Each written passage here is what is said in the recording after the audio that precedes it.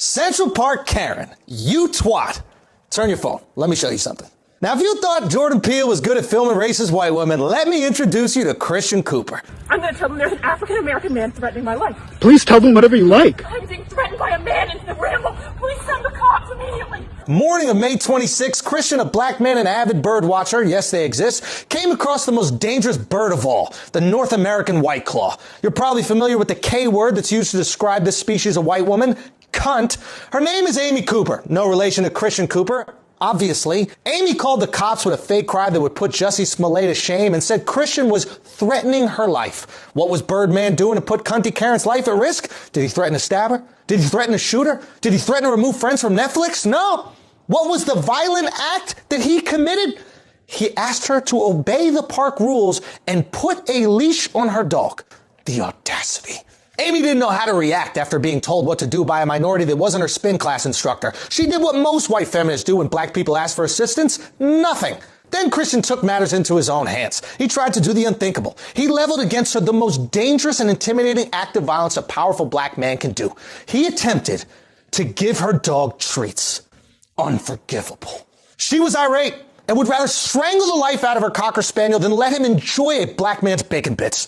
And then Christian started recording. At first, the video looks like it's going to be some freaky interracial POV, but it's not. In this video, it's only the dog that's hung.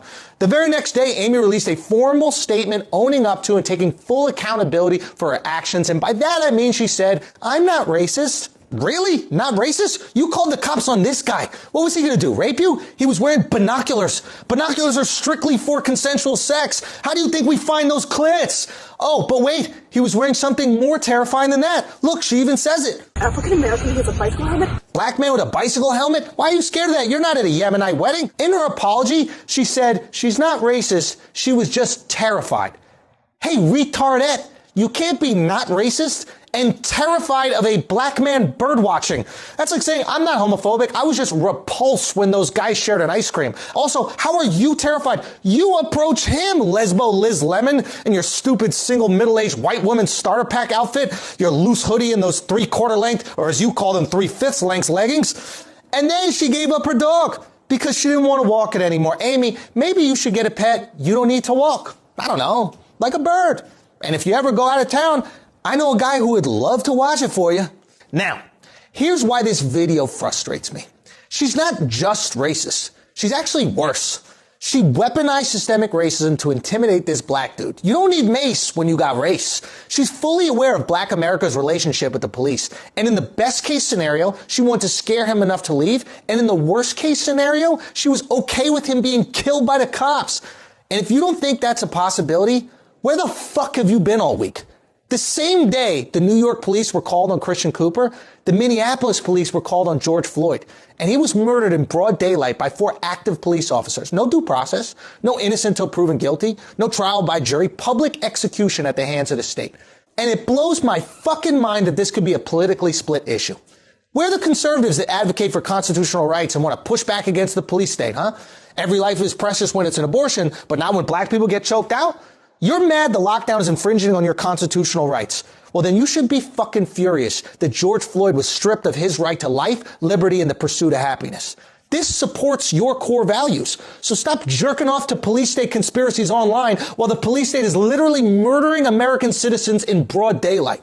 And people on the left, stop coming up with word games to absolve yourselves of any action. I'm crippled by my white guilt. I'm checking my white privilege, or whatever else they teach you at art school. Fuck checking your privilege. Use your privilege to disrupt legitimate racism and oppression. You lamenting about your white guilt does very little to fix the problem. Slavery wasn't ended by checking your privilege, and segregation wasn't ended by clamoring on about your white guilt. No.